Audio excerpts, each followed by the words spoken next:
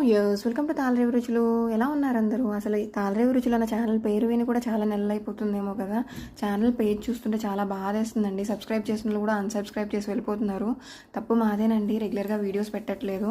Problem ఏంటంటే అసలు కుదరట్లేదండి. నా ఎనర్జీ లెవెల్స్కి మా పాప ఎనర్జీ లెవెల్స్కి మ్యాచ్ అవ్వట్లేదు. అది కాక చాలా హెల్త్ ఇష్యూస్ వల్ల ఇంకా అస్సలు మేనేజ్ చేసుకోలేకపోతుందన్నమాట. అసలు చిన్నపిల్లలు వాళ్ళ పేరెంట్స్ వీడియోస్ పెడుతూ ఉంటుంటే చాలా ఇన్స్పైరింగ్గా అనిపిస్తుంది. నాకేమో అసలు కుదరట్లేదు.